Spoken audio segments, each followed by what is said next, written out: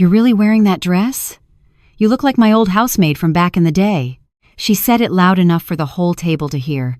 Her name was Jessica Moore, and she was supposed to marry my son. "My name is Ava Johnson. I am 62 years old. I am the mother of the man she was about to marry. And for 3 years and 6 months, my future daughter-in-law made it her habit to humiliate me slowly, deliberately, and always with witnesses. That night, the engagement dinner was held in a trendy steakhouse, downtown, dim lights, long communal tables, menus without prices, the kind of place where appearance matters more than comfort. I had chosen my dress carefully. Simple, slate gray, long-sleeved, clean, pressed, respectful. The kind of dress a woman my age wears when she believes she is among family, not competitors. Jessica said it with a smile. Sweet, sharp, loud enough for everyone at the table to hear. A few guests laughed. Not loudly, just enough. The kind of laughter people use when they're relieved they aren't the target. I felt my chest tighten, but I kept my posture straight. Years of practice had taught me how to hold myself still while something cracked quietly inside. I looked to my son. Malcolm sat beside her. 33 years old, tailored suit, polished shoes, the boy I raised alone after his father died when he was 11. The boy I worked 2 jobs for. The boy who used to hide behind my legs when he was afraid of thunderstorms. He heard her.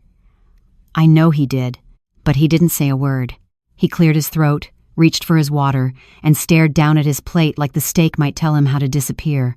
Jessica smirked and leaned back in her chair, satisfied. She had tested the room and won. The waiter returned with plates. As he set one down in front of me, Jessica glanced at it and laughed again. "Oh my God," she said, shaking her head. "You still eat like that? Malcolm, did you grow up on this stuff?" I felt heat rise in my face. I opened my mouth, then closed it. I told myself what I had told myself for years. Let it go. Don't cause trouble. Do it for your son. I reached for my fork. That's when it happened. Jessica lifted her glass of red wine sauce, thick, dark, glossy, and with a careless flick of her wrist, she tipped it. Not fully, just enough. The sauce spilled down the front of my dress, warm and heavy, staining the gray fabric like a bruise blooming in real time. "Oh," she said, laughing. "Oops, I'm so clumsy." The table went silent. I looked down at myself. The stain spread slowly, unmistakable. My hands trembled as I set my fork down. My heart pounded so loudly I could hear it in my ears. "I'm so sorry," she added, her eyes bright with amusement. "I guess that fabric doesn't hide much, huh?" Someone gasped. Someone else looked away. I stood up. "Jessica," I said, my voice steady but low. "That was disrespectful." She tilted her head, eyes wide in mock innocence. "Disrespectful? Ava, relax. It's just a dress. You can buy another one. Malcolm does well, doesn't he?" That was when something in me snapped, not violently, but cleanly. "You don't speak to me that way," I said. "Not in public. Not ever." Before she could respond, Malcolm stood up too. "Mom," he said sharply, his voice tight with embarrassment. "Stop. You're making a scene." I turned to him, stunned. "She poured sauce on me." "She said it was an accident," he replied.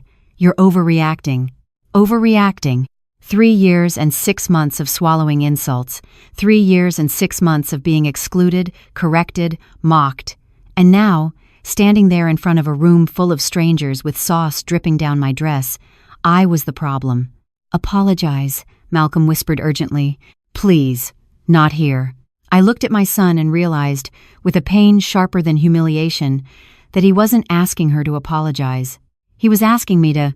Jessica crossed her arms, triumphant. "Honestly, Ava, this is exactly what I was worried about. You're too emotional. This is why I didn't want family so involved." That word emotional hit me harder than the stain. I grabbed my purse with shaking hands. "I raised you better than this," I said to Malcolm. "Both of you." His face hardened. "You're embarrassing me," he said. "Just sit down or leave." So I left. I walked out of that restaurant with my head high and my dress ruined, feeling every stare on my back. Outside, the night air hit my face, cold and sharp. I stood there for a moment, breathing, refusing to cry. As I drove home, memories came flooding back, the kind you push down until your body decides you've carried them long enough. Jessica correcting my pronunciation at brunch, laughing when I said I didn't like flying. telling Malcolm right in front of me that I was stuck in another era, suggesting I not attend certain events because I wouldn't fit the vibe. And every time, I stayed quiet. Because of my son. Because I told myself love meant endurance. That night, I went home, changed out of the stained dress, and sat alone at my kitchen table. The house was quiet, too quiet. I realized something then, something painful and freeing all at once. I wasn't being patient. I was being erased. Jessica didn't want a mother-in-law.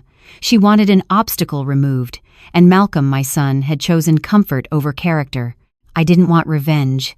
I didn't want drama. I wanted dignity. And as I sat there, staring at the dress soaking in my sink, I made a decision I should have made years ago. I would stop enduring. I would stop funding disrespect. And I would stop sacrificing myself for people who saw my silence as permission. Jessica thought I was weak because I was quiet. She was about to learn the difference. Because women like me don't explode. We decide. And once we do, the outcome changes forever. If you felt Ava's pain too, hit like and comment where you're watching from. Someone near you might be watching this with you right now. When I got home that night, I didn't go straight to bed. I sat at the kitchen table, still in my bathrobe, with the lights off. Only the soft glow from the microwave clock lit the room 11:52 p.m. I could still feel the sticky weight of the sauce that had soaked through my dress earlier, even though I had changed and scrubbed at it for nearly 30 minutes. There's a strange kind of ache that comes not from injury, but from humiliation. It seeps into your bones, makes your shoulders heavy and your chest hollow. I had felt that ache before, but never like this, not when I lost my husband, not even when I had to choose between paying the electric bill or Malcolm's field trip to D.C. back in middle school. This was something deeper. I pulled out the old spiral notebook I kept in the second drawer, the one I used to jot down grocery lists and Sunday church announcements.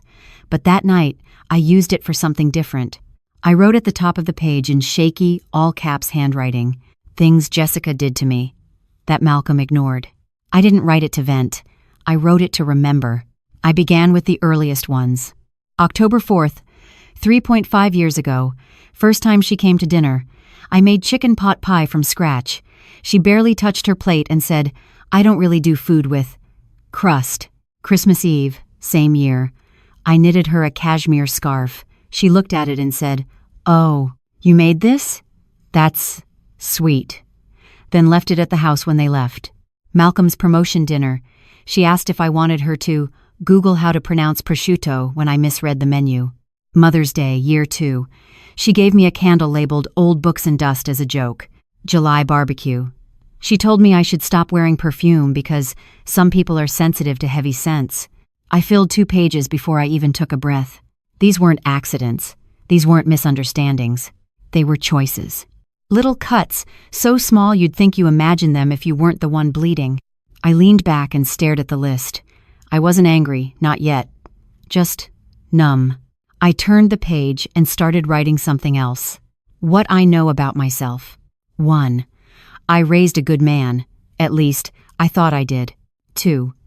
I am not perfect, but I have never treated anyone with cruelty. 3. I do not deserve to be humiliated in public or in private. 4. I have value, even if they pretend I don't. I underlined that last one. Then I closed the notebook and sat still. My tea had gone cold. A knock came at the door, soft, measured. I glanced at the clock. 12:17 a.m. Only one person ever knocked like that. Leonard. I opened the door, and there he was. Jeans, flannel, ball cap, a small brown paper bag in his hand. "I brought lemon cake," he said. "Didn't figure you'd be sleeping." I stepped aside to let him in. He didn't say much at first. Just set the cake on the table, poured us both a glass of milk, like he'd done 100 times before, and sat down. "You want to talk about it?" he finally asked. "She poured it on me," I whispered. Leonard nodded slowly. "I know." I looked at him. "You saw?" "I saw enough. And heard enough. You don't pour that much sauce and call it an accident." "She made it a performance," I said bitterly. "She made it a message," he corrected. "She wanted to show everyone who's in control." I didn't respond right away.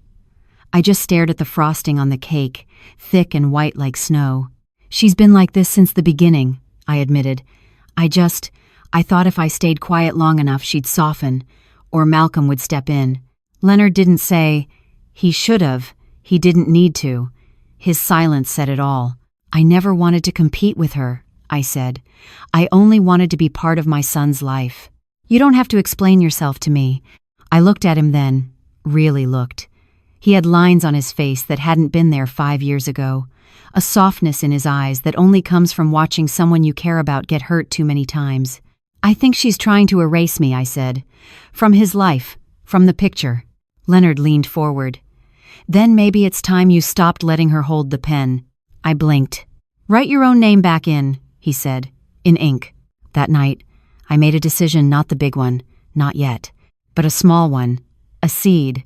I'd keep writing, keep documenting, keep remembering, because maybe one day the truth would need to be told. And when that day came, I wanted my voice to be clear. 3 days later, I got a package in the mail. Inside was a bridal shower invitation, elegant font, thick cardstock. At the bottom, a note. Theme: modern elegance. Please refrain from wearing outdated styles or heavy fabrics. I folded the invitation neatly, placed it back in the envelope, and dropped it in the trash. Then I opened my notebook and added another entry. Bridal shower exclusion. Another reminder I am not wanted unless I am invisible. I looked at that sentence and drew a line underneath it. I would not be invisible much longer. Not after what I had endured. Not after what I knew. The performance was about to shift. And this time, the spotlight would land where it truly belonged. The invitation said dinner would start at 4, but I arrived at 3:30, as I always had. I carried 2 aluminum trays in my arms, sweet potato casserole and cornbread dressing, both made from scratch. The sweet potatoes were still steaming, the marshmallows on top just slightly golden. I'd used my late mother's recipe, the same one I'd made for every Thanksgiving since Malcolm was 5 years old. When I pulled up to Malcolm's driveway, I paused before getting out. The house was newer, sleeker than mine, high ceilings, granite counters, one of those video doorbells that records every twitch. A smart home, he once said. But I couldn't help but feel cold when I looked at it. I walked up the path slowly. The air smelled like cinnamon and wet leaves. Georgia autumns were never as crisp as the ones up north, but they had their own quiet rhythm, dry grass, shifting skies, the kind of silence that made you remember who wasn't at the table this year. When the door opened, it wasn't Malcolm who greeted me. It was Jessica. She wore a cream-colored sweater dress and ankle boots, her hair pulled back in a sleek bun. Perfect, as always. "Oh, hi," she said, her tone flat. "Let me guess, casserole?" I smiled tightly. "Yes. Sweet potato and dressing." Right. Traditional. How nostalgic. She didn't offer to take the trays from me. I stepped inside and followed her through the pristine foyer. A white runner stretched down the hall, and I suddenly became aware of the slight dampness on the bottom of my shoes. Jessica turned and said, "Just if you could take your shoes off, the floor is imported oak." I blinked. Of course. I knelt to undo the strap on my low heels. My knees cracked audibly as I bent. 62 will do that to you. Jessica didn't help. She simply stood and waited, arms crossed. When I walked into the kitchen, Malcolm was at the stove, stirring something in a pan. His face lit up briefly when he saw me. "Hey, Mom," he said, kissing my cheek. "Smells good." I relaxed just a little. "I brought the usual," I said. "Figured I'd stick with what I know." He smiled. "Glad you did. That stuff is half the reason I look forward to Thanksgiving." Jessica gave him a look over her wine glass but said nothing. I placed the trays carefully on the counter, beside a glass bowl filled with kale salad and pomegranate seeds. "Where should I set these?" Jessica stepped in. "Oh, we actually have a curated menu this year. Patricia, my mom, brought a few vegan options, and we're trying to keep everything kind of elevated." My hands hovered over the foil lids. "So, should I not?" Malcolm interjected, trying to sound light. No, it's fine. Just maybe keep them in the kitchen. Some people have, allergies and stuff." "Allergies? To sweet potatoes?" I nodded, pressing my lips together. I noticed then that the place settings were already arranged: long farmhouse table, gold-rimmed plates, cloth napkins folded like swans. And at the center of the table, name cards. I looked for mine. It wasn't at the table. It was at the kitchen island. A lone plate, set with plastic utensils and a napkin that didn't match. I said nothing. Jessica noticed my pause. We figured you'd prefer being closer to the food, you know, less back and forth. I met her gaze. I'm not a caterer, Jessica. Her eyes widened. Oh, I didn't mean... Malcolm cut in. Mom, it's not a big deal, just let's not make this weird, okay? I sat down at the island without another word. Guests began to arrive soon after. Jessica's parents, her sister, a few of Malcolm's co-workers. Everyone seemed to know the drill. No one approached me. No one asked about my dishes. Jessica's mother, Patricia, walked over at one point. She wore a silk scarf and carried a glass of white wine like a badge. You must be Ava, she said, her smile thin. We've heard so much about you. I stood to shake her hand. I hope it's been kind. She laughed. Oh, Jessica's told us you're very traditional. That must be a comfort to Malcolm, having someone grounded around. I smiled politely. I believe in roots. They keep us from blowing over in the wind. She blinked. Of course. By the time dinner was served, Jessica's dishes took center stage: quinoa stuffed squash, vegan pumpkin soup, gluten-free rolls. My casserole and dressing remained on the sideboard, untouched. No one said grace. No one mentioned what the holiday was for. I watched as Malcolm filled his plate with everything but my food. That hurt more than I expected. Midway through the meal, Jessica stood to toast. I just want to say how thankful I am to have such a beautiful, modern family joining me, she said.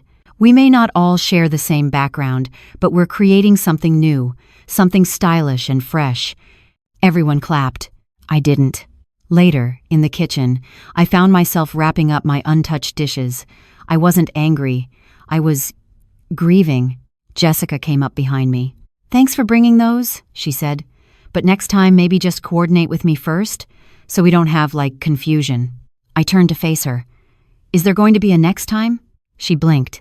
Excuse me? I mean, should I keep bringing food, or would it be easier if I just sent a gift card and stayed home? Her lips parted.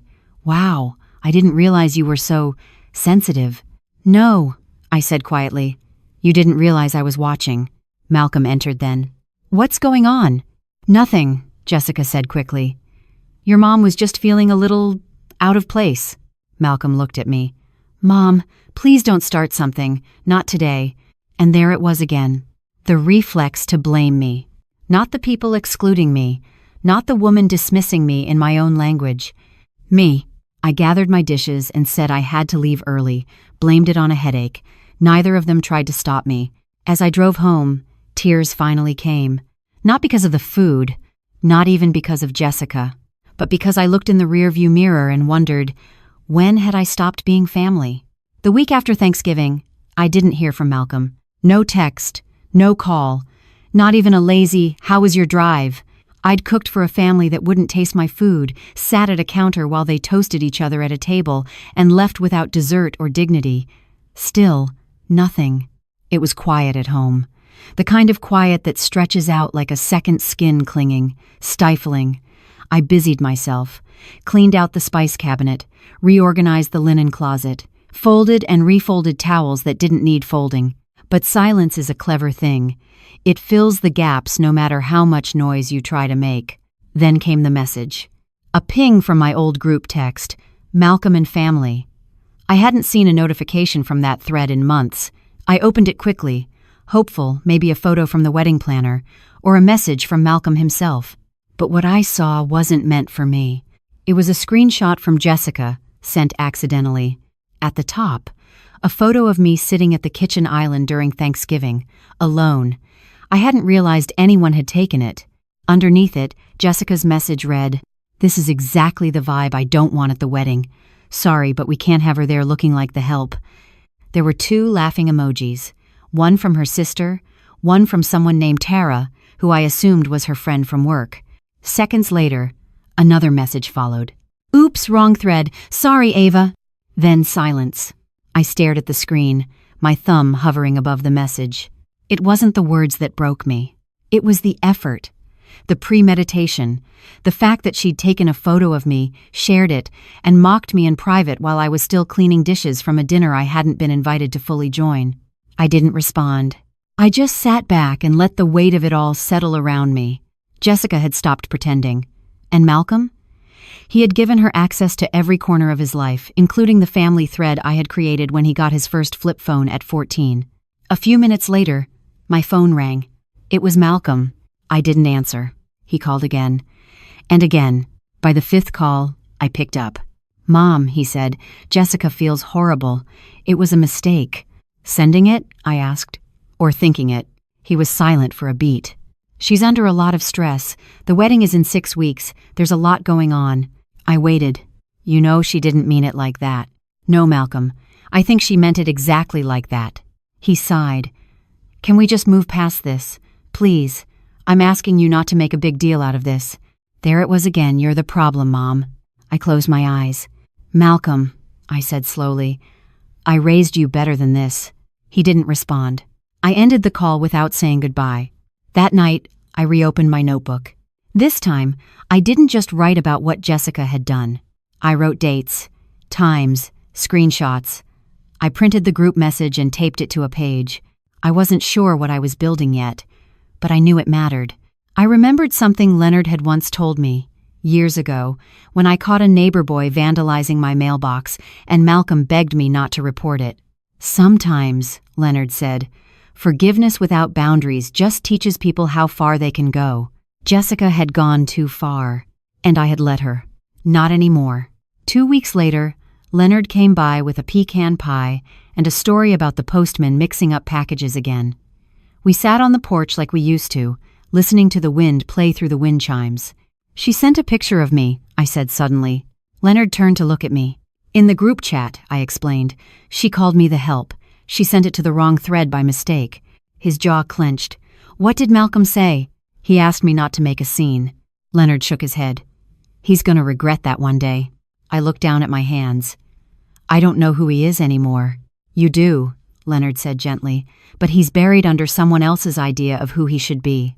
We sat in silence for a moment. "She's having a wedding shower next weekend," I said. "Hosted by some influencer friend. Invite only. I'm not on the list." Leonard looked at me. "You want to crash it?" I smiled despite myself. "Tempting. But no, I want to watch." "Watch?" "See how she talks when she thinks I'm not around. What she says to people. What they say back." He raised an eyebrow. I opened my notebook and showed him the pages. "I'm not just keeping score," I said. "I'm collecting the truth. Quietly, carefully." Leonard looked at the notebook, then at me. "You're building something," he said. "Yes," I replied, "and when I'm ready, I'll use it." I closed the notebook and exhaled. I didn't know exactly what would happen yet, but I knew this. I had spent 3 years and 6 months shrinking to make room for Jessica. Now, I was reclaiming space. And if she wanted a performance, I was ready to take the stage. The wedding shower was hosted at a boutique event space downtown, the kind with exposed pipes painted gold and flower walls made for Instagram. The invitation had gone out to select guests only, all of them young, stylish, and polished within an inch of their lives.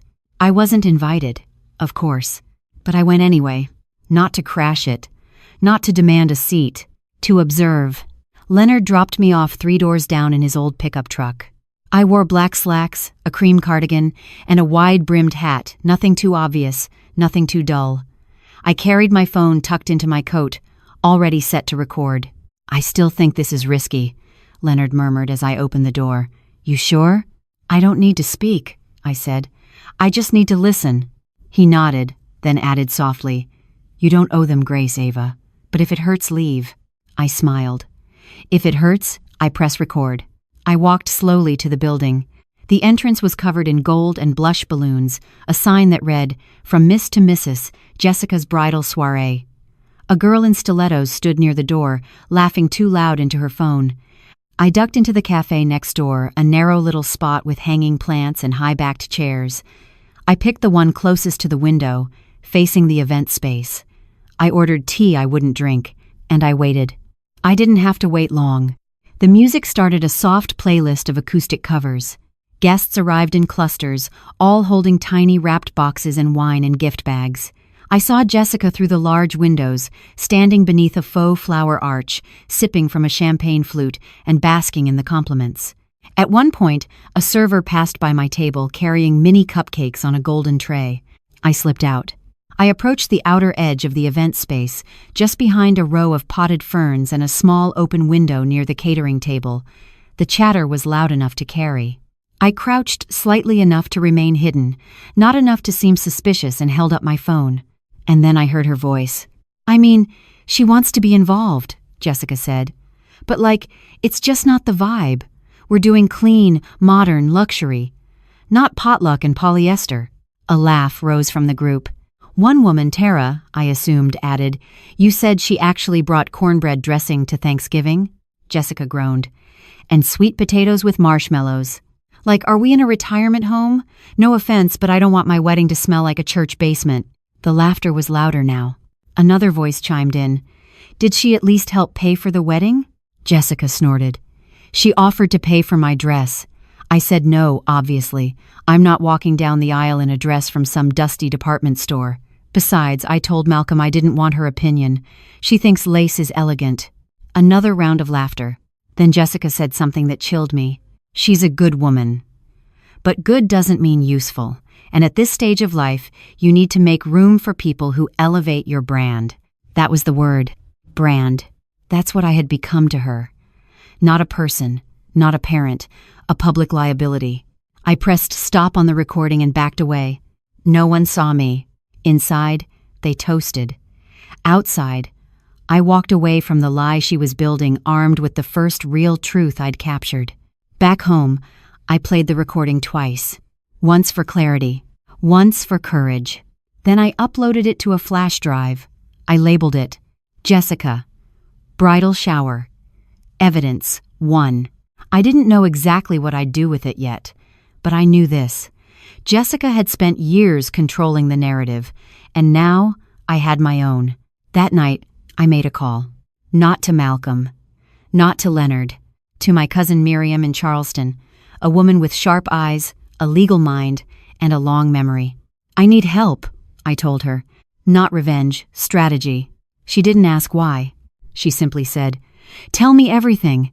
So I did. Every slight, every insult, every message, every recording. And Miriam, God bless her, took notes. When I finished, she said something that would sit with me for weeks. "Sometimes, Ava, the most powerful thing you can do is wait. Let the other person dig the hole, then hand them the shovel." I ended the call and stood by my bedroom window, watching the streetlights flicker against the pavement. My hands no longer trembled. For the first time in years, I felt something shift inside me. I wasn't shrinking anymore. I was watching, recording, preparing. And Jessica? She had no idea her performance had already been documented. 3 days after the bridal shower, Miriam sent me a package by overnight mail. Inside, a black notebook with gold trim, a digital voice recorder, and a USB stick labeled Evidence Locker, Keep Safe. Her note was short. "Keep everything organized. Memory fades, recordings don't. If you need legal support, I'll connect you with someone in your state. Be smart, be silent.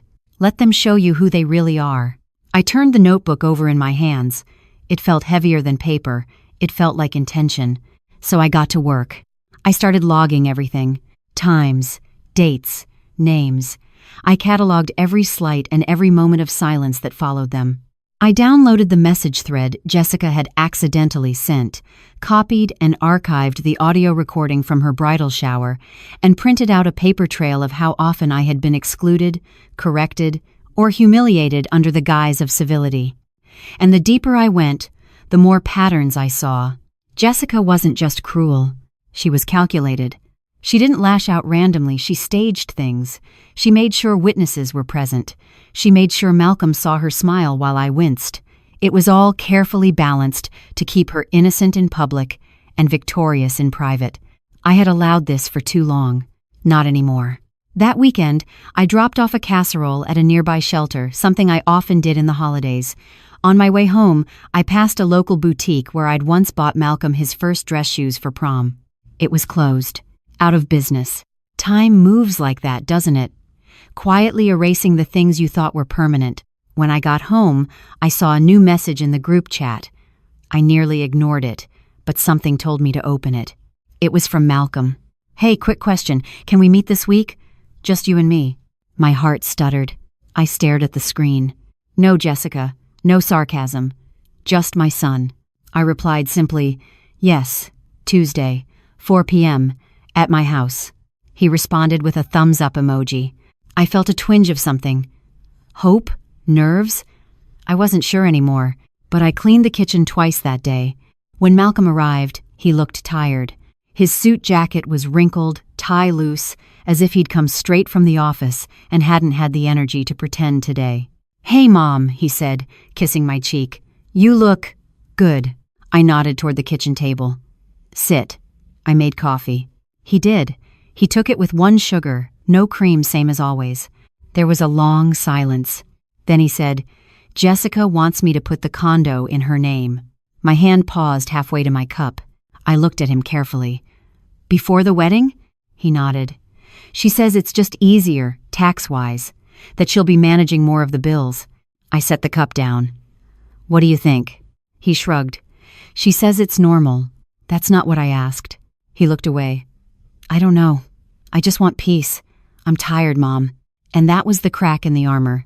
I could see it now. He wasn't happy. He wasn't even present. He was surviving. But I couldn't push. Not yet. So I asked, "Is that the only reason you came?" He hesitated, then shook his head. "No," he said. "She wants a prenup, one that keeps your inheritance out of the equation. She says since you're not her real family, she shouldn't be tied to anything that came from you." I closed my eyes briefly. "Did she ask you to say that?" He nodded slowly. "She said you'd guilt me if it came from her." The shame in his voice was almost enough to make me cry. Almost. "Instead," I said gently, "do you remember what your father said before he passed?" Malcolm blinked. "What do you mean?" He said, "Protect the things that made you." Malcolm looked at me, really looked. And in that moment, I saw the boy I'd raised underneath the man he'd become. The boy who once sold his bike to buy me a birthday gift. The boy who used to hold my hand at the grocery store even when he was 12. "I'm scared," he admitted. I reached across the table. "You're allowed to be, but don't confuse fear with loyalty." He squeezed my hand once. Then, softly, "You think I'm making a mistake?" I didn't answer, because he already knew. After he left, I sat alone again. But this time, the silence didn't feel like emptiness. It felt like space being cleared. The truth was stretching its limbs. Jessica wanted the condo. She wanted the narrative. She wanted the finances detached from me and tied solely to herself. But I had kept every deed, every receipt, every deposit, and if she wanted to play legal, I'd meet her there, with evidence, with witnesses, with calm, because dignity doesn't mean surrender. It means choosing your moment. And I was almost ready. I didn't want to go to the birthday party. It was for the toddler son of one of Jessica's bridesmaids, Tara, I think.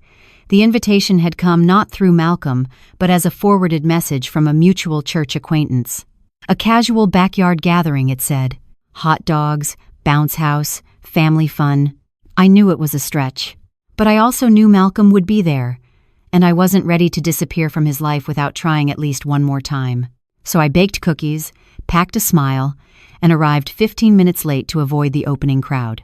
The backyard was decorated in bright primary colors, balloons, plastic tables, kids running wild with cake-stained hands. Pop music thumped faintly from a Bluetooth speaker. I spotted Malcolm near the grill, talking to someone from work. And then I saw her, Jessica, wearing a fitted jumpsuit, oversized sunglasses, holding a mimosa like she'd walked off a reality show. Her eyes found me instantly, and her smile didn't reach her eyes. "Ava!"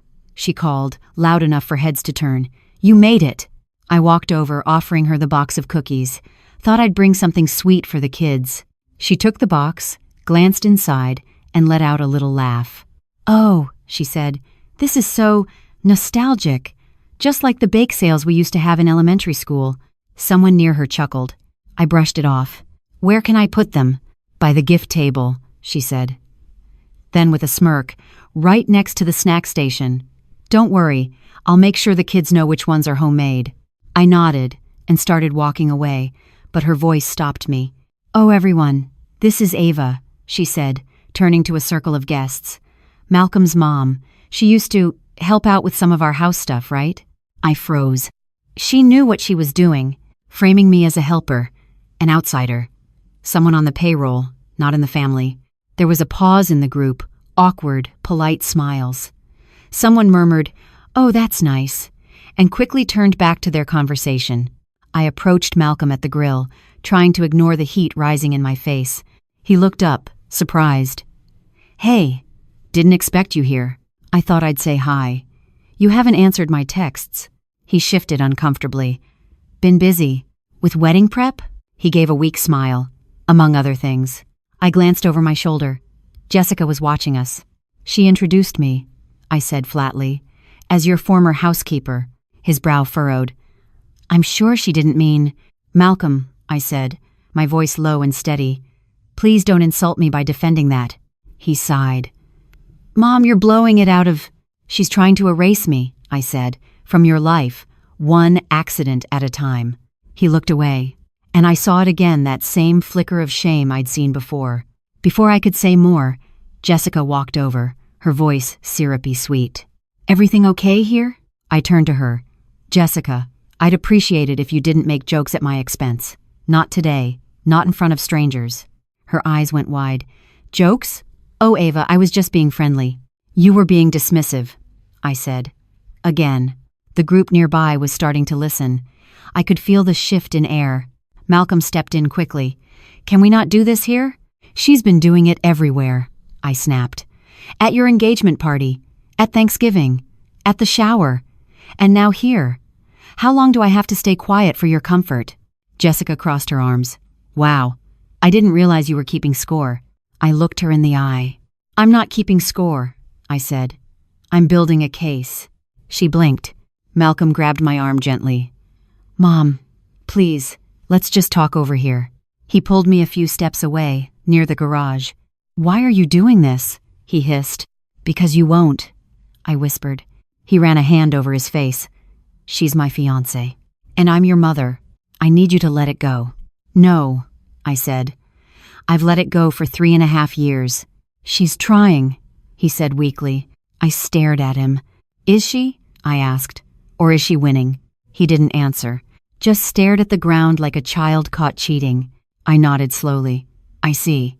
Then I walked back through the party, past the cupcakes and folding chairs and paper crowns. I left the cookies behind. Let the kids eat them. Let Jessica watch from her throne of lies. Let Malcolm choose what mattered. But as I got into my car, I knew this. He wouldn't protect me. So I would protect myself. From now on, I would no longer beg to belong. I would make them reckon with what they tried to erase. When the dust settled after the birthday party, I did not cry. Not this time. Instead, I opened my notebook. I added a new section. Personal history. Jessica Marie Lancaster. I was done playing defense. It was time to learn what kind of woman I was truly dealing with. No more assumptions. No more waiting for her next attack. I started simple. Public records. An old habit I picked up years ago while volunteering at the library. Most people don't realize how much is available online if you know where to look and what names to type. I learned that Jessica had legally changed her name at 22. Not dramatically, just the last name, from Reynolds to Lancaster. No marriage, no court order for protection, just a rebranding. Lancaster sounded elite, educated. Reynolds? Not so much. There was power in perception, and Jessica had always understood that. I dug deeper. College transcripts were private, of course, but not alumni mentions in digital newsletters. I found 2 different universities listed within a span of 3 years. She had transferred abruptly after her sophomore year. That caught my attention. A mid-college transfer wasn't unusual. But this wasn't a change in major. It was a sudden disappearance from one student body and a low-profile reappearance at another. I emailed the alumni coordinator from the first school, posing as a former classmate organizing a reunion. I didn't expect a reply, but I got one. Her name was Angela Keene. She was willing to talk. We met on a Sunday afternoon over Zoom, her face popping up in a small square on my laptop. She looked to be in her early 40s, with tired eyes and a kind smile. "I haven't thought about Jessica Reynolds in a long time," she said. "She goes by Lancaster now," I replied. Angela snorted. "Of course she does." I leaned forward. "Can I ask why you transferred?" Angela blinked. "You think I transferred?" I froze. "Didn't you?" "No," she said. "She did. After the ethics board got involved." I stared at the screen. "Ethics board?" Angela nodded slowly. "There was an incident. She got caught manipulating another student's capstone project, plagiarized part of it, claimed she'd helped edit it, even tried to publish it under her own name in a class journal. The student complained. Professors investigated. It got ugly fast. My pulse quickened. Was there proof? "Enough to ruin her chances at the program's honors track," Angela said. "She vanished over winter break, re-enrolled somewhere else under Lancaster, pretended the whole thing never happened." I felt a shiver go down my spine. This was a pattern. Rewrite, rebrand, remove the evidence. Angela leaned closer. "Why are you asking about her?" I hesitated. Then I said, "She's marrying my son." Angela's mouth fell open. Oh no. She's been trying to erase me from his life." Angela looked furious. "That sounds exactly like her. She once told me dead serious that people are just narratives waiting to be edited." I scribbled that down, word for word. Angela continued. "I tried to warn people back then. No one believed me. She's charming when she needs to be." "I believe you," I said. She nodded. "I hope that's enough."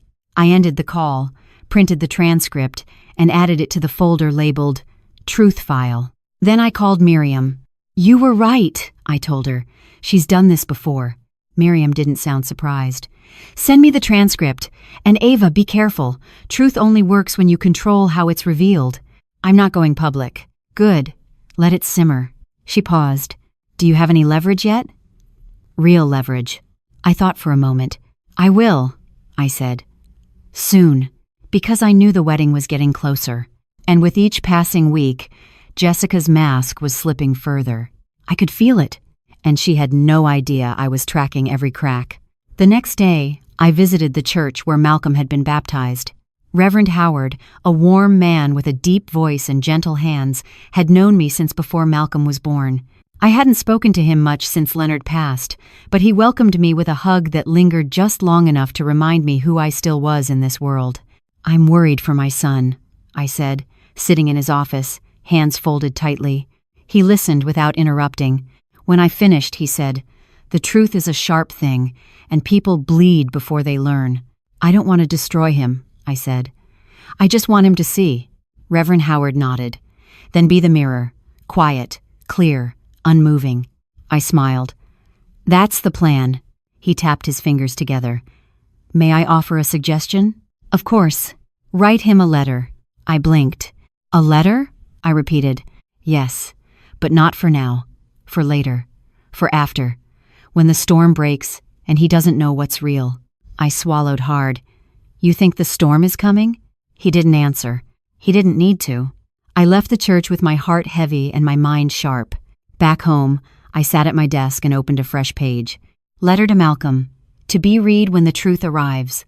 And I wrote, not with anger, with memory, with love, with the kind of pain only a mother understands. Because this war wasn't about vengeance. It was about saving the last piece of my son that hadn't been rewritten. And I was willing to wait. 3 days after my conversation with Reverend Howard, I stopped by the bank. It was routine, at least. It was meant to be. I had some papers to sign, updates to make on my accounts. Things you do without thinking when you've lived long enough to know better than to let paperwork pile up. The bank manager, Loretta, was an old friend from church. She'd helped me set up Malcolm's college savings account when he was 12. She remembered every detail of my husband's life insurance plan and always asked how my azaleas were doing in spring. Today, though, she looked different. A little tense. "Ava," she said, offering a tight smile as she led me into her office. "It's good to see you." She glanced at the closed door, then at her screen. I sat down slowly. "What's going on?" She hesitated, then leaned in, lowering her voice. "I probably shouldn't say this, but a few weeks ago a woman came in asking questions about your accounts." My stomach dropped. Who? She didn't give a full name at first, just said she was related to Malcolm Hartley. She looked like she was trying to be subtle, but I've seen people dig before. I swallowed hard. Jessica? Loretta nodded. She claimed she was helping you with your estate planning. Asked if your condo was part of any trusts, whether you'd named Malcolm the sole beneficiary. My fingers clenched around my purse strap. I didn't give her anything, of course, Loretta said quickly, but she knew too much to just be guessing. I leaned back, breath shallow. She's trying to get access. Loretta nodded. And maybe more than that. That night, I sat at my kitchen table with every legal document I owned spread before me like a map of my life. The deed to the condo, my late husband's will, the insurance policies, the accounts. Jessica had made her move. Now it was my turn. The next morning, I called Miriam. She tried to access my financials, I said without preamble. There was a pause. Then Miriam said, "Get a lawyer. Today. I trust you. I know. But you need someone in your state with power of attorney and experience with asset protection. I'm not rich, Miriam. It's not about being rich. It's about what she thinks she can take." She was right. This wasn't about money. It was about control. So I found a local estate lawyer, Margot, mid-60s, sharp as a tack and twice as fast. We met that afternoon. She wore smart glasses, a vintage brooch, and greeted me with, "If you're here, you've waited too long. Let's fix that." I liked her immediately. Over 2 hours, we reviewed every document. She asked questions no one had ever asked me before. "Do you have a backup trustee?" "No." "Does Malcolm have access to any shared accounts?" "Yes." "Change that." She rewrote the deed to the condo into a protected living trust, one that I controlled fully, with no automatic succession unless I died and approved it in writing. She drafted a new will, updated all power of attorney forms, and placed a freeze on access requests tied to my name without direct consent. And she gave me a folder. "Keep this somewhere safe," she said. "If anything happens to you, if someone tries to say you were unstable or coerced, you show this to the court." Would Jessica go that far? Margot stared at me. "If she's trying to financially disinherit you from your own life," she said, "then yes, assume she will go further." I walked out of the law office with the weight of 40 years of savings protected under my arm. I should have felt exhausted. Instead, I felt alive. Jessica thought she was orchestrating a quiet takeover. She thought my silence was surrender. But silence is a strategy. And now? Now I had a shield. That evening, I called Malcolm. He picked up on the third ring. "Hey," he said, "everything okay?" "No," I said, "but it will be." He hesitated. "Is this about the other day?" "No, it's about every day before that." He didn't respond. I took a breath. "I want you to know that I've updated my estate plan. Everything is locked down now, legally and financially. My condo, my accounts, my will. No one but me can touch them." There was a long pause. "Mom," he began. I cut him off gently. "I'm telling you this not to punish you, but to protect myself. I don't want a war with Jessica. I just want peace with myself." He sighed. "She didn't mean to." "Don't," I said. "Please, just don't." Another silence. "I understand," he said finally. "I'm sorry." I nodded, even though he couldn't see it. "I hope one day you'll mean that." And I hung up. That night, I wrote a single sentence in my notebook. "The storm is here, and I'm not afraid." Jessica had opened the door to a game she thought only she knew how to play. But I had history, I had time, I had truth, and I had no intention of being erased. The invitation arrived in the form of a handwritten card. No return address, just a cream envelope with my name written in looping script, Mrs. Ava Hartley. Inside, a single sentence. "I believe you. Meet me Thursday, 3 p.m. The Lavender Room at Bloom Cafe." No signature, no explanation. But I knew the handwriting. Lillian Whitmore. We hadn't spoken in nearly 6 years. She was once part of the same social circle as Jessica's mother, back when Jessica was still just a girl from Oak Valley, trying to climb the ladder of Westchester society. Lillian had always struck me as sharp, observant, and mildly amused by everyone else's drama, until Jessica publicly accused her of being emotionally manipulative and inappropriate after a charity brunch, effectively ostracizing her from the community overnight. Jessica had never forgiven irrelevance. And Lillian had never forgotten betrayal. So I went. The lavender room was a softly lit private space at the back of Brew and Bloom, a favorite of the Sunday church ladies and retired professors who wanted ambiance with their Earl Grey. The room smelled of roses and baked scones. Lillian was already seated. She looked older, thinner, but there was a steel in her posture I recognized immediately. "Ava," she said, gesturing for me to sit. "You took your time." I didn't know what to expect. She smiled faintly. "Then we're even." A pot of tea arrived. Chamomile. 2 cups. She poured without speaking, then reached into her purse and pulled out an envelope. She slid it across the table. Inside were 2 items, a folded letter and a USB stick. "What is this?" I asked. Her gaze didn't waver. "Jessica's mother. Her real story." I looked down at the items, unsure. Lillian said softly, "Before she died, she sent that letter to me, asked me to hold on to it in case her daughter ever tried to rewrite the past." "She already has," I murmured. "I know," Lillian said. "That's why you're here." The letter was dated 3 weeks before Jessica's mother passed away from complications due to cancer. It was handwritten, brittle with emotion, but clear. Jessica was never content with love. She needed leverage. She once told me that people who forgive are weak, and I, her mother, had been her first lesson. I let her use me, lie about me, and when I tried to correct the record, she said I was jealous of her success. "Ava, if you're reading this, it means she's doing it again." There was more. Stories of forged emails to discredit colleagues, of stolen fundraising contacts, of relationships manipulated and discarded once their social currency dried up.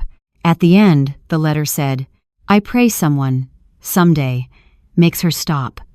For her sake, and everyone else's." I held the paper like it might crumble between my fingers. "Why give this to me now?" I asked. Lillian took a sip of tea. "Because you're the first person who didn't pretend." The USB, she explained, contained a voicemail recording left on her phone, one of the last things Jessica's mother had said aloud, dated just days before her death. I didn't play it yet. Not in public. But I could feel it burning in my pocket like truth incarnate. Later that night, I sat on the edge of my bed, the USB plugged into my laptop. I hit play. The voice was thin, raspy, but undeniably real. "Jessica believes love is leverage. She's never felt safe unless she's in control. I tried. God knows I tried. But when she looks at people, she sees assets, not hearts, not history, just stepping stones. Be careful. She doesn't stop." I listened 3 times. Then I backed it up on 2 separate drives and added it to the truth file. Jessica's cruelty had been documented, not just by me but by the woman who brought her into this world. There was no coming back from this. Not morally. Not legally. And maybe, just maybe, not even socially. The next day, I mailed a handwritten thank you card to Lillian. No grand gesture, just quiet gratitude. Then I called Miriam. "I have her mother's letter," I said. There was a stunned silence. Then Miriam whispered, "That's nuclear." I nodded. "And I'm not using it. Not yet." "Smart. But Ava, be ready. Once this drops, everything changes." "I'm counting on it." That evening, I lit a candle by Leonard's picture and sat beside it with my tea. The house was quiet, but the silence was different now. Not suffocating. Steady. Strong. Because for the first time in years, I wasn't waiting for Jessica's next move. I was preparing mine. And she had no idea how deep the truth ran. I never thought I'd find myself sitting in the back corner of the Grey Lantern bar, sipping cranberry tonic under dim lights while pretending to scroll through recipes on my phone. But there I was. Sometimes, justice starts in the most unlikely places. It began 2 days earlier, when I was at the grocery store and saw Jessica alone. She didn't notice me, but I noticed her. She wasn't in yoga pants or designer flats this time. She was dressed for a night out, black dress, red heels, not casual. She walked with purpose toward a parking lot 2 blocks over, got into a Lyft, and was gone. I didn't follow. I followed patterns. That night, she didn't come home. And according to Malcolm's voice message the next day, she had told him she was staying over at Tara's. But Tara was on a trip in Charleston. I knew that because I'd spoken to her godmother at the garden club luncheon. I didn't say anything. I just waited. Then yesterday, I got a tip from someone I hadn't expected, Kyle, a former student of Leonard's who now worked as a local investigative journalist. He reached out after hearing murmurs about Jessica's wedding from his mother. "I think I've seen that name before," he said, "on some documents tied to a consulting firm that's questionable, at best." I told him everything quietly, without names, just the bride, the son, the mother. He promised to dig. Meanwhile, I returned to the Gray Lantern. Because I'd heard that Jessica often met her mentor there, someone she never introduced publicly, always describing vaguely as an older friend from out of town. And sure enough, on a rainy Tuesday evening, she walked in. I sat in the shadows. She sat in the light. Across from her was a woman, maybe late 50s, striking, well-dressed, with the kind of posture that says, "I've made my own money." They ordered wine, laughed, whispered. I turned on the voice recorder tucked inside my glasses case and leaned back just enough to catch their conversation. What I heard chilled me. "She's still wearing the ring?" the woman asked. Jessica snorted. "Of course. It's not about love, it's about optics." The woman raised a brow. "So you're still on track for the prenup?" Jessica smirked. "Sign next week. Once that's done, I get access to the portfolio, half of which Malcolm doesn't even understand. And after that?" Jessica's voice dropped low. "Then I decide if I stay." The woman laughed like it was all perfectly natural. Jessica leaned forward. "Honestly, if we're not married by the end of June, I'm done. I gave it 3.5 years. I'm not dragging this out. Either I leave with a last name or I leave with leverage." They toasted. I sat frozen. 3.5 years. That was exactly how long she'd been eroding my place in Malcolm's life. And now, she was ready to cash in. That night, I emailed Kyle, told him everything I'd heard, attached the audio file. His response was immediate. "This confirms what I suspected. The consulting firm Jessica's affiliated with has laundered equity holdings under multiple clients' names, including spouses. Give me a week." I trusted him. Meanwhile, I printed the transcript of the bar conversation, added it to the truth file, labeled "The Ultimatum, May 24. I didn't cry. I didn't scream. I sharpened. This wasn't just about me anymore. It was about the man I raised, the family she was rewriting, the silence she expected me to accept. No more. The following Sunday, I met Malcolm for lunch. He looked worn, paler than usual, like something was eating at him. "I need to ask you something," I said after we ordered. He nodded, already on edge. "If Jessica left tomorrow," I said, "what would you lose?" He blinked. "What kind of question is that? Whom or me?" He looked down at his hands. After a moment, he said, "Half the condo, some of the savings, my dignity, probably." I waited. He glanced at me. "You think she'd leave?" "I think she already has. Emotionally. She just hasn't walked out yet." His throat bobbed. "She's under a lot of pressure." "Stop," I said gently. "Please. Don't explain away the knife." He looked away, then whispered, "I don't know what's real anymore." I reached across the table. "You will." Then I handed him a sealed envelope. "What is this?" "Read it when you're ready," I said, not out of anger, but out of love. He held it like it might explode, and maybe it would, but not today. Today, I watched my son sit in silence, his world shifting beneath him, and I knew the truth was no longer a weapon. It was a mirror, and soon he would have to look. It was just after 9 when the knock came at my door. I wasn't expecting anyone. I had already changed into my nightgown, settled into my chair with a cup of sleepy time tea and a copy of To Kill a Mockingbird that I'd read a dozen times.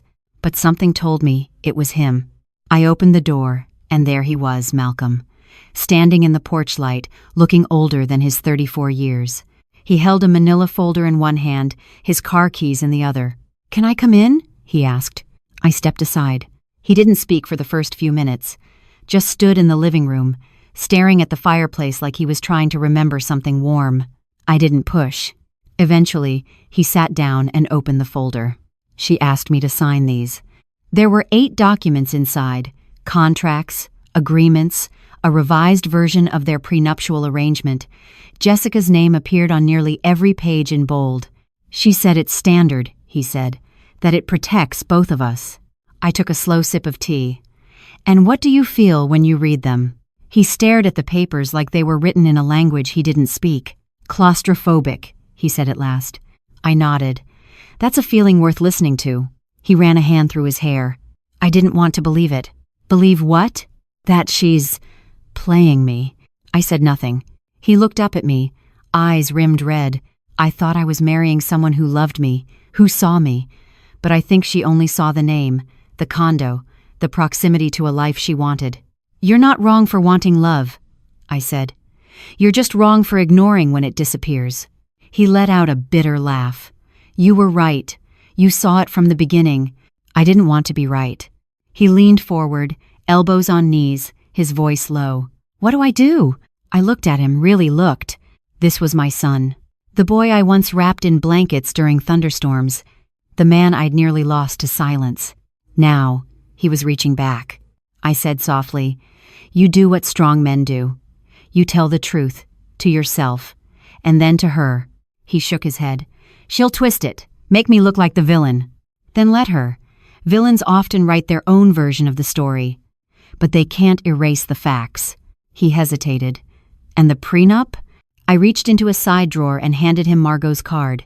She can help you draft your own, one that doesn't turn you into a fool. He took the card, staring at it like it was a life raft. Then quietly, thank you. I smiled. You're not broken, Malcolm. You're waking up. He nodded, tears slipping quietly down his cheek. I miss Dad, he whispered. I do too. We sat in silence for a while, not awkward, just necessary. Then he said something I'll never forget. I'm sorry I let her come between us. I reached over and covered his hand with mine.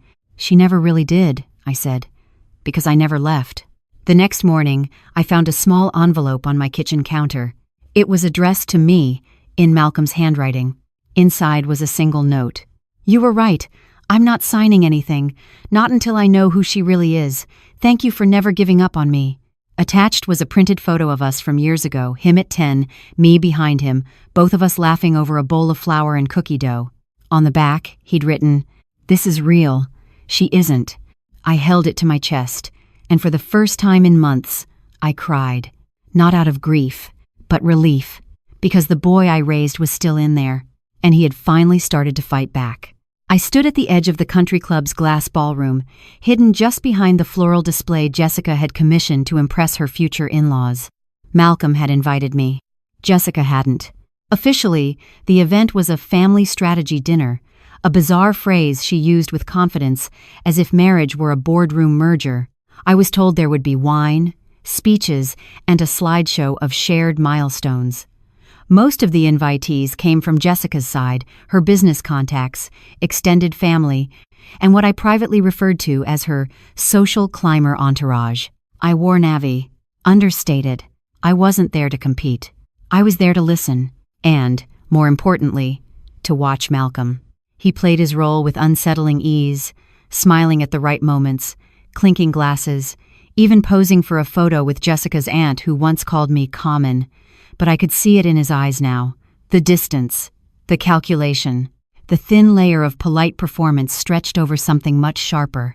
He spotted me near the back, gave a quick nod. Then he tapped his breast pocket. I knew what that meant. The recorder was on. Halfway through dinner, Jessica stood up and raised her glass. To new beginnings, she said, smiling at Malcolm with lips that didn't tremble. To building a future with someone who understands value, real value. There were scattered murmurs of approval. Then she added with a sly glance, and to the people who taught us that not everyone is meant to come with us on that journey. A few guests chuckled. I didn't. Neither did Malcolm. He lifted his glass, but didn't drink. She didn't notice. Or maybe she didn't care. Later, in the hallway near the restrooms, Malcolm and I crossed paths. He leaned in and whispered, She doesn't know I know. Yet. I nodded. Don't rush. He looked pained. It hurts pretending. She's been pretending for 3.5 years, I said. You can do it for 3 more weeks. He gave a soft chuckle, then pressed something into my hand, a thumb drive. Tonight's full recording, he whispered. She said things. About the trust. About you. I felt a sharpness bloom in my chest. You okay? "I will be," he said, "when this is over." At home, I listened to the audio. Jessica, mid-toast. His mother's been difficult, clings to her little condo like it's Versailles. But once the wedding's done and the paperwork settles, she'll be manageable. Someone laughed. Jessica continued. Worst case, we offer her a small monthly stipend and suggest she move somewhere calmer. I know a lovely retirement complex in Ohio. Very quiet. There was clinking, more laughter. And then, Malcolm's sweet, but he's not sharp. That's why I handle the finances. A strong woman needs to lead. I stopped the audio. My hands were steady, but my heart had turned to ice. She wanted to erase me completely, not just from the wedding, but from the family, from his world, from his future. It wasn't enough to marry my son. She wanted to rewrite who his mother had been, and that I would not allow. The next morning, Malcolm and I met at a quiet cafe off the freeway. Neutral territory. He ordered black coffee. I brought documents. "Are you ready for what happens next?" I asked. He stared at the sugar packets. "No," he said, "but I know what needs to be done." He slid over a small notebook, his own version of my truth file. Inside were dates, quotes, printed emails, even screenshots from Jessica's private browser tabs, captured on a shared laptop they once used. "She's been researching offshore accounts," he said, "and something called spousal asset distancing.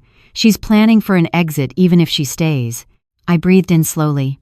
"She's turning marriage into a negotiation." He nodded. "I want out," he said quietly, "but I want out clean.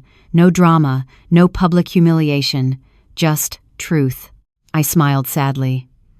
Sometimes, Malcolm, truth is dramatic. We outlined a plan. He'd request a postponement of the wedding, publicly blaming business conflicts. Meanwhile, we'd prepare the legal groundwork: financial disentanglement, revocation of power of attorney, and a formal letter stating he had discovered material misrepresentations from his fiancée and was reassessing the relationship. It would buy time, and space, and clarity. 3 things Jessica feared most. That night, I returned home and opened my notebook to a fresh page. At the top, I wrote, "The sun sees, the mask slips, the reckoning nears." Then I lit a candle, for Leonard, for myself, for the small, bruised truth that had finally found a voice. Jessica had spent years weaving her empire from silence and control. But now, her own fiancé was preparing to walk away. Not in shame, but in strength. And she didn't see it coming. Not yet. Jessica showed up at my door with a bouquet of orchids and a smile so sweet it nearly curdled the air. I saw her car through the lace curtains. Black BMW, engine still running. She never parked for long unless it was for photos. I opened the door slowly, deliberately. She tilted her head. "Mrs. Hartley, I hope I'm not disturbing anything." I studied her face. Carefully painted, lipstick 2 shades darker than usual. She was performing kindness, which meant something had gone wrong. "Jessica," I said, stepping aside, "this is a surprise."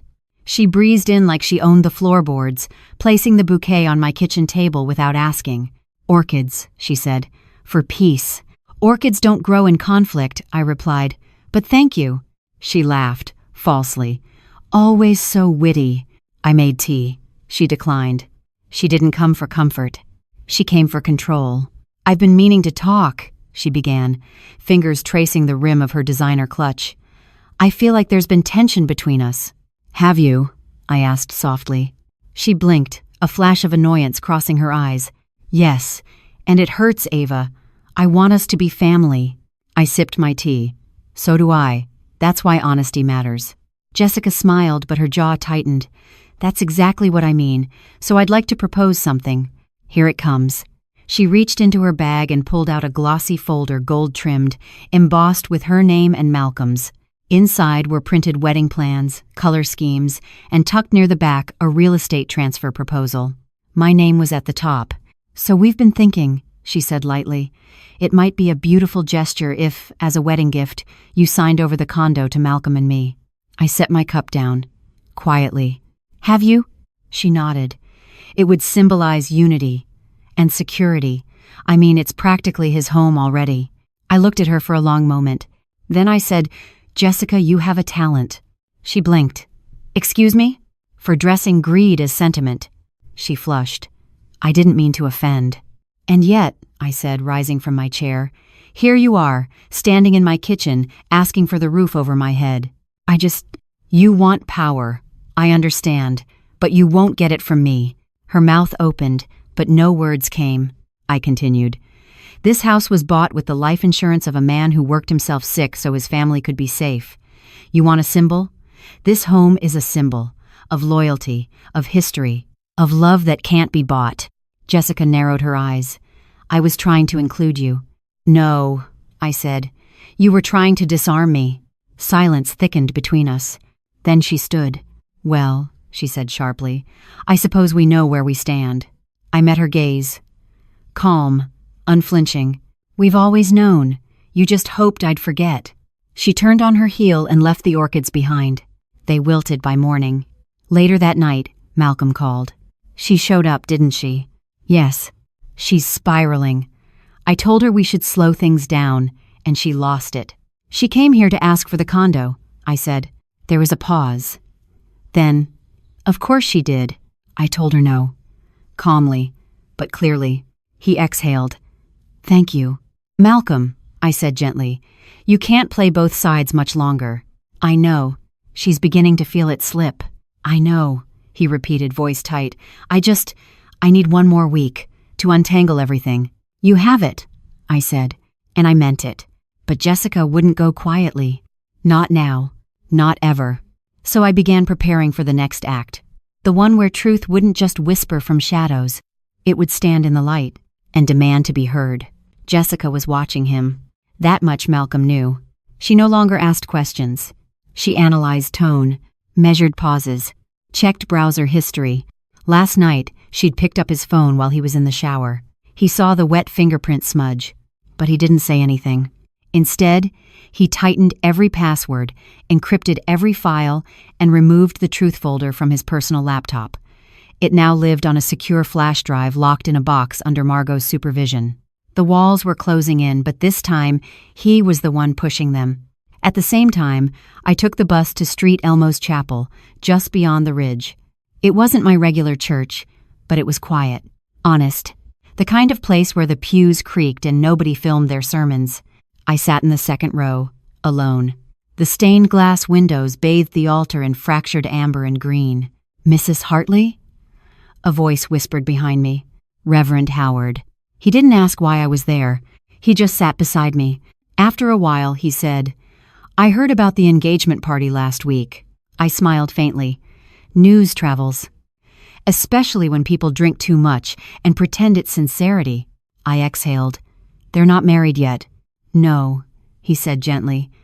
But she's already taken so much. I nodded. I'm tired, I admitted, but not of the fight, just the weight. He placed a hand over mine. There's a psalm I think about sometimes, he said. Not the famous ones. A quiet one. They plot injustice and say, we have devised a perfect plan, but the Lord sees into their hearts. I closed my eyes. How do you know when it's time to stop being silent? I asked. He squeezed my hand. When silence becomes complicity. Back at home, I lit a candle and pulled out my original notebook, the one from 3 years ago, the first time I suspected Jessica was more than she seemed. I flipped to the first page. It said, Don't let them make you forget who you were before they rewrote you. I wasn't rewritten. I was being restored. And tomorrow, Malcolm would begin dismantling the lie. Jessica made her move that same night. She waited until Malcolm fell asleep in front of the TV. Then she opened his laptop. But there was nothing there. Not anymore. The folders were blank. The desktop, clean. The browser history, empty. Frustrated, she picked up her phone and called someone. Malcolm, half asleep, heard her through the walls. I don't know, she hissed. He's acting weird, polite, too polite. Pause. No, he hasn't canceled anything, but I feel it. Something's off. Pause. Well, you said the prenup was foolproof. Then, if he backs out now, I swear to God, I'm taking half of what he owns and the rest from his mother. Silence. Then, yeah, okay, let me know what the lawyer says. She hung up, and in the dark, Malcolm opened his eyes. He didn't need more proof. He just needed to act. The next day, he met Margot in person, handed her everything: the thumb drives, the recordings, the signed letters of consent for legal action if needed. She read through the materials in silence. When she finished, she leaned back in her chair. "Well," she said, "you've built quite the case." "I didn't build it," he said. "She did. I just collected the bricks." Margot gave a rare smile. "I'll hold it all. Quietly. Until the moment you say otherwise." Malcolm nodded. "That moment is coming," he said. At sunset, he stopped by my house. We didn't speak much. He just hugged me longer than he had in years. Then he whispered, "One more week." I hugged him back. "Whenever you're ready." We stood in the fading light, a mother and son who had been fractured and made whole again by fire. And somewhere inside the silence between us, a storm was gathering. But we no longer feared it. We were the ones who called it in. The engagement update soiree was held at the Glassbridge Inn, one of those charming colonial buildings turned into an event space with just enough rustic wood and Edison bulbs to feel expensive. Jessica arrived in a tight green silk dress and forced a smile so wide it looked painful. Malcolm, in a charcoal suit, greeted guests with his usual warmth, but his eyes stayed distant, steady. He was no longer performing. He was declaring, and tonight, the declaration would be quiet but unmistakable. I arrived just before the first toast. Jessica saw me from across the room. Her expression faltered. She hadn't expected me. Malcolm, on the other hand, walked right over and hugged me. "Thank you for coming," he whispered. "I wouldn't miss it." The room quieted as Malcolm tapped a spoon gently against his glass. "Good evening," he said. "Thank you all for coming tonight. I know it's unusual to host a party like this, but I believe in honesty and in honoring the people who've supported me, and us, through these last few years." Jessica stood beside him, her smile twitching. Malcolm continued, "There's been a change of plans. Jessica and I have decided to postpone the wedding." Gasps, murmurs, a few polite coughs. Jessica interjected quickly. "It's just scheduling conflicts, of course. Nothing serious." But Malcolm held up a hand. "No, I think it's fair to say that we both need time. To reflect, to reassess." Someone asked, "Are you two still together?" Jessica opened her mouth, but Malcolm answered first. "We're figuring things out, privately." Jessica's hand slowly dropped from his arm. He hadn't cleared this version of the speech with her, and it showed. Later, as the caterers served espresso and petite fours, Malcolm came over and asked if I'd like to say a few words. I didn't plan to, but something told me. Now is the time. So I stood, took the mic, and breathed. Many of you know me as Malcolm's mother. Some of you know me better than others, but I think what matters tonight isn't introductions, it's intention. The room quieted. I went on. Weddings are about beginnings, but sometimes the most courageous thing a person can do is pause before stepping into something that might not be love, but obligation. Jessica's face flushed crimson. I didn't look at her. I looked at my son. "Love," I said softly, "isn't proven by how well you throw a party or how many gifts you give. It's shown in small consistencies, in how we speak about someone when they're not in the room, in how we treat their parents, their memories, their silences." A few people shifted uncomfortably. I didn't stop. I raised a boy who believes in kindness, but not blind loyalty. And tonight I stand here not to protect him but to honor his growth. Because growth is knowing when something isn't right and choosing integrity over comfort. I set the mic down. The room was still. Malcolm gave me a small nod. "And Jessica?" She turned away. After the guests had thinned out, Jessica approached Malcolm by the service hallway. "You humiliated me," she hissed. "No," he said calmly. "I protected us both from a mistake. You'll regret this." "I already did," he said, "for 3.5 years. She slapped him. Quiet, sharp, but his face didn't even turn. He just said, "We're done, Jessica. No more games." Then he walked away. She stood alone in the hallway, clutching the edge of her green silk dress like it might hold her upright. But it didn't. Nothing would now, because the performance was over, and the audience had already left. The letter arrived on a Wednesday, cream-colored envelope, thick paper, too elegant for its contents. Jessica's attorney accused Malcolm of emotional manipulation, breach of verbal contract, and social defamation with intent to sabotage reputational capital. It was absurd, but it was real. And so was the second letter addressed to me. A demand that I return all gifts and assets received during the engagement period, including joint-use furniture, travel credits, and a gold locket Jessica had given me on Mother's Day last year. The same locket she'd snatched off my neck at the engagement brunch and thrown on the floor. I sat at the kitchen table, rereading every line. My tea had gone cold. The words blurred, not because they hurt, but because they confirmed what I had always known. Jessica never loved us. She loved the idea of us. And when that idea cracked, she chose legal warfare. I called Margot. Her voice was calm steel. "Good," she said. "She's making the first move. Now we can respond." "You think she'll really try to sue?" I asked. "She won't win, but that's not the point. Her goal is chaos, delay, fear." I exhaled. "It's working." Margot softened. "Ava, we're going to handle this. She's walked into a trap of her own design." She sent over a full dossier timeline, financial records, audio clips, metadata, even screenshots of Jessica's consulting firm's dubious transactions. "We'll submit these to the ethics board," Margot said. "If she pushes this, we go public. And if she backs off, then we let her vanish in silence." Part of me wanted that, but part of me didn't. Some people need to be seen, even in disgrace. Malcolm came over that night. He brought his old blanket, the one from his college days, and sat on my couch like he used to during finals week. He didn't talk much, just stared at the ceiling. "I'm tired," he whispered. "I know. I didn't think I'd feel so hollow." "You cut out a rot," I said softly. "There's pain in healing." He nodded, then handed me a folded note. It was from Jessica, handwritten, short. "I could have made you happy, but you chose your mother.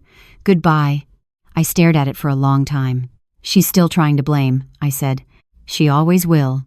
"Do you want her to stop?" "No," he said quietly. "I just want her to be gone." I reached over and took his hand. "She will be, soon."